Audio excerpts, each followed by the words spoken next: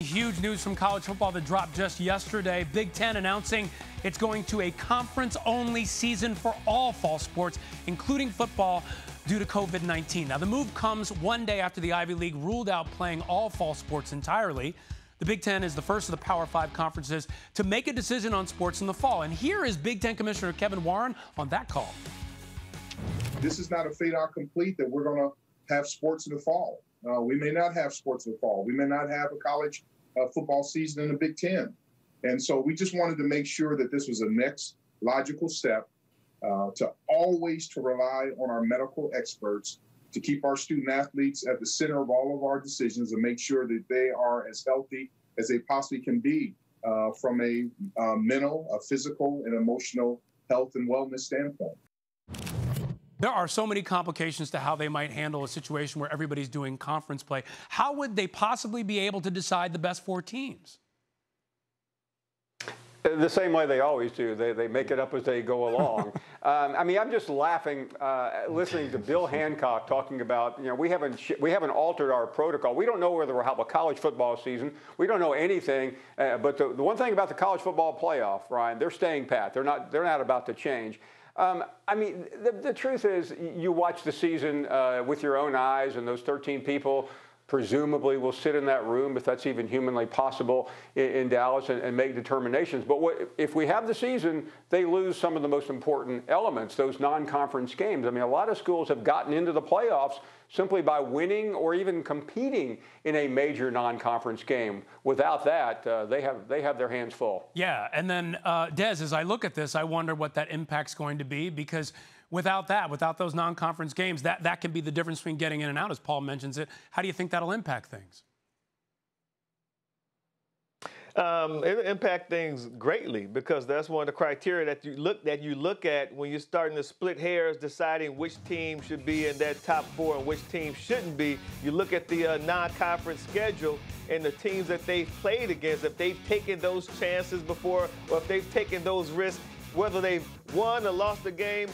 At that point, it doesn't even matter, because you give teams credit for going on the road and taking on stronger opponents as opposed to playing weaker opponents. So I think at this point, though, we're still early July. It's July 10th. I don't think there's anything that Bill Hancock or that group can tell us that's going to be definitive, because we're still trying to figure out if we're even going to have a season. That's the big thing, right? We still don't know what's going to happen. Even with this change, we have no idea when everything is going to happen. And, Joey, I also get to a situation of scheduling, because let's say football gets pushed a little bit. A lot of people are saying that. Then when do you have the playoff? How do you get the venues? Does this invite a lot of complications with the playoff? Look, I don't know how you get there, but please, let's get there. Like, the playoff at the end, I think that is, you know what I mean? Like, that's the treat at the end of a season. So, if we have a season, I would imagine that the playoff would be as important as having the actual season. And if we look at this and say that every conference plays within their conference, I actually like that idea. I like what the Big 12 does, when everyone gets to play everyone, and then we know who's the best team to come out of that conference. When you have conferences where everyone doesn't play everyone, then you get to avoid some teams. Like, say Wisconsin gets to avoid Ohio State and Michigan and maybe a Penn State in a season. It's tough to tell just how good that team is. And so I like the way we're headed. And like Paul said, we get to the end and there's 13 people sit in a room and figure out who the best teams are. But I like that idea. And please don't take away the playoff. Yeah, you got to have it. I mean, without it, I don't know how you can have a season without that cherry on the top of it. Guys, let's talk about Notre Dame. And Des, I want to start with you. They, of course, don't have a conference. I not only wonder how this impacts their chances of having success this season long term, but what you would do if you were them.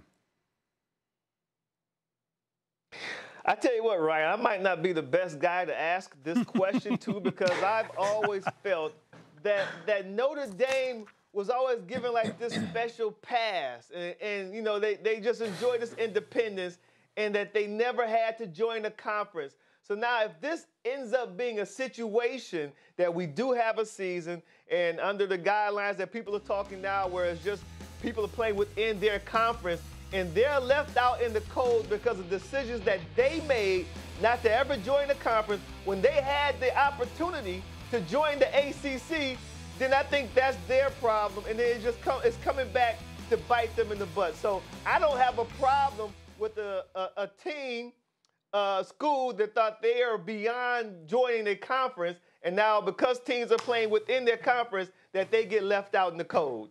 Huh. So, Paul, following that reasoning, what do you do if you're Notre Dame?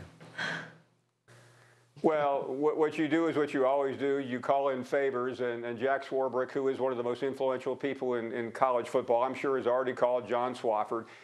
For those who don't follow sports very closely, Notre Dame is in the ACC in every sport but football because they have their own television contract. Except football, they play exactly. 6 conference. They play 6 ACC games, so they'll just add a couple more. I mean, and everyone wants to play Notre Dame, and especially the most important partner here are the television networks. You want Notre Dame on your network. But Paul, I wonder if in this unique year they have problems with that. I know they have the connections. I know people want to play them, but we're in a very interesting year where we're talking about travel restrictions. We've got restrictions state to state. Does that complicate things for Notre Dame? It should, but it won't, because Notre Dame's guaranteed a seat at the table, no matter what table it is. I think those things are being worked out right now. I don't think this is going to be a big mystery. Okay. Now, last hour we hit it from the negative. You know, what's the chance, the percentage chance of a season not happening? Joey, I'll start with you. The season happening on time. What's your percentage chance there? I got 0%, and I guess it matters like what you mean by on time, because if these teams are already saying they're only play in conference, well, the Big Ten saying that, you know, I was wondering, like the Big Ten conference schedule doesn't start at the beginning of the season. It usually starts, you know, 3 or 4 games into a season. So it depends on what you mean by on time, but I don't think we have 0% chance of starting on time.